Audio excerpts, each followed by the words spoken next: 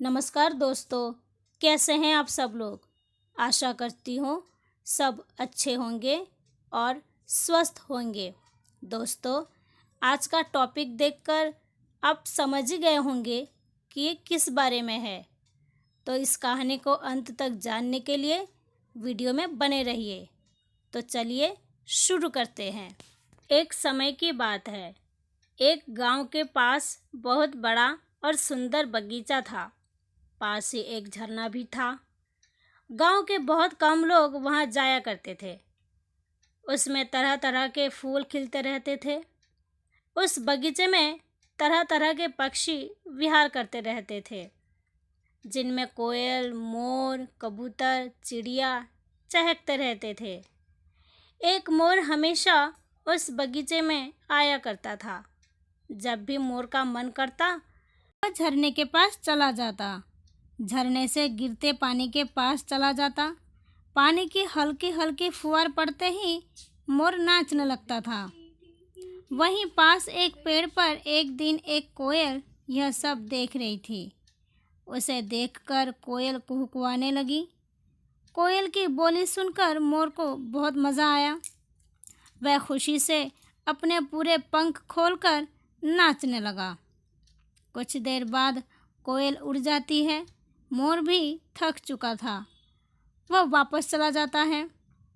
अगले दिन से यही सिलसिला चलने लगता है। पेड़ पर बैठी कोयल अपनी मधुर गले से बहुत अच्छा स्वर निकालती है, जिसे सुनकर मोर नाचने लगता है। दोनों को बहुत मज़ा आता है। कुछ ही दिन में कोयल और मोर दोनों दोस्त बन जाते हैं।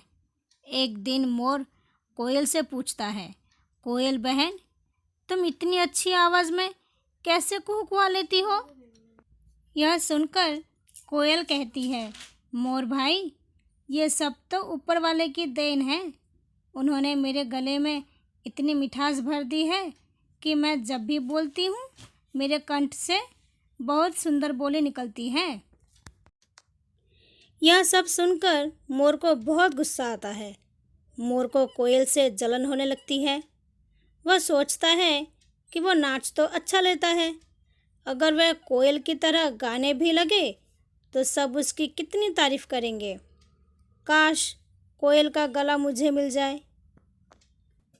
इसी उधड़-बुन में वह नाचना छोड़ देता है।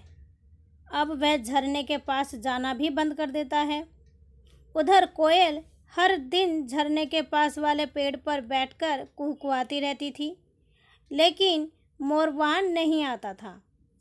मोर का मन अब नाचने का नहीं लगता था। वह हर समय यही सोचता रहता था कि कैसे कोयल की तरह गाने लगूं। वह कई बार कोशिश करता, लेकिन उसके गले से आवाज़ नहीं निकलती थी। एक दिन मोर एक पेड़ की डाली पर बैठा था। तभी उसे कोयल के जैसी बोली सुनाई देती है। वह ध्यान से देखता है कि गांव की गलियों में एक आदमी बांसुरी बजाता हुआ जा रहा है। मोर यह देखकर बहुत खुश होता है। वह सोचता है, अरे वाह, यह तो कोयल से भी अच्छी आवाज़ निकाल रहा है। क्यों ना मैं इनमें से एक बांसुरी ले लूं। वह डाल डाल पर उड़ते उड़ते बांसुरी वाले का पीछा करने लगता है। बांसुरी वाला एक पेड़ के नीचे आराम करने के लिए बैठ जाता है और अपना बांसुरी का थैला वहीं पास में रख देता है। मोर चुपके से पेड़ के पीछे से जाता है और उस थैले में से धीरे धीरे एक बांसुरी चोंच से खींचने लगता है। बांसुरी वाला गहरी नींद में सो रहा था। मोर धीरे धीरे बांसुरी निकाल लेता है और बांसुरी को चोंच में दबाकर उड़कर एक पेड़ की डाली पर बैठ जाता है। मोर बहुत खुश था।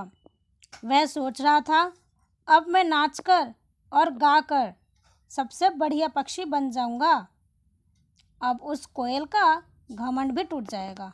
बहुत कहती थी, ऊपर वाले ने उसे ऐसा बनाया है, अब तो मैं उससे भी अच्छा संगीत निकाल कर दिखाऊंगा। लेकिन अब समस्या ये थी कि वह बांसुरी बजाए कैसे। बांसुरी को छोड़ता है तो नीचे गिर जाएगी, इसलिए वह बगीचे में नीचे आ जाता है। बांसुरी को ज़मीन पर रखकर उसे चोंच में दबाकर फूंक मारता है, लेकिन चोंच की दूसरी तरफ से हवा निकल जाती है, बांसुरी बज नहीं पाती। इससे मोर बहुत परेशान हो जाता है। फिर वह सोचता है कि अगर मेरी चोंच ना हो तो वह आराम से उस आदमी की तरह बांसुरी बजा सकता है। वह एक पत्थर के पास जाकर ज़ोर ज़ोर से अपनी चोंच उसमें मारता है, लेकिन चोंच नहीं टूटती। फिर वह एक पेड़ के तने पे अपनी चोंच फंसाकर तोड़ देता है। चोंच टूटते ही उसे बहुत दर्द होता है। वह दर्द से चिल्लाने लगता है, लेकिन कोई वहाँ नहीं आता। उसके बाद मोर बहुत रोता है, फिर भी वह किसी तरह बांसुरी बजाने की कोशिश करता है, लेकिन बिना चोंच के बांसुरी पकड़े कैसे, यह तो उसने पहले सोचा ही नहीं था। हार कर वह बांसुरी को फेंक देता है, लेकिन चोंच टूटने के कारण अब वह दाना भी नहीं चुग पा रहा था। वह परेशान सा इधर उधर भटकने लगता है। तभी कोयल की नज़र मोर पर पड़ती है। कोयल उसके पास आती है और कहती है, मोर भाई क्या हुआ, ये चोंच कैसे टूट गई। मोर उसे सारी बात बताता है। यह सुनकर कोयल उससे कहती है, भाई मैंने तो तुमसे पहले ही कहा था, ईश्वर ने जिसे जैसा बनाया है वही ठीक है। तुम सोचो, अगर मैं नाचने लगूँ तो कैसी लगूंगी मैं। ईश्वर ने मुझे काला बनाया है, लेकिन आवाज़ बढ़िया दी है। तुम्हें इतना सुंदर बनाया है कि सब तुम्हें देखने को तरसते हैं। तुम्हारे जैसा रूप किसी पक्षी का नहीं है। मोर यह सुनकर रोने लगा और कहा, सही कह रही हो बहन, मैंने अपना नुकसान कर लिया। अब मैं दाना कैसे चुगूंगा, मैं तो मर जाऊंगा। कोयल बोली, भाई चिंता मत करो, जब तक तुम्हारी चोंच पहले जैसे ठीक नहीं हो जाती है मैं तुम्हारे मुंह में दाना डाल दूंगी, लेकिन तुम्हें पहले की तरह नाचना पड़ेगा। यह सुनकर मोर बहुत खुश हुआ और दोनों पहले की तरह नाचने गाने लगे। अगर आपको हमारी वीडियो अच्छी लगी तो वीडियो को लाइक कीजिए, चैनल को सब्सक्राइब कीजिए। धन्यवाद।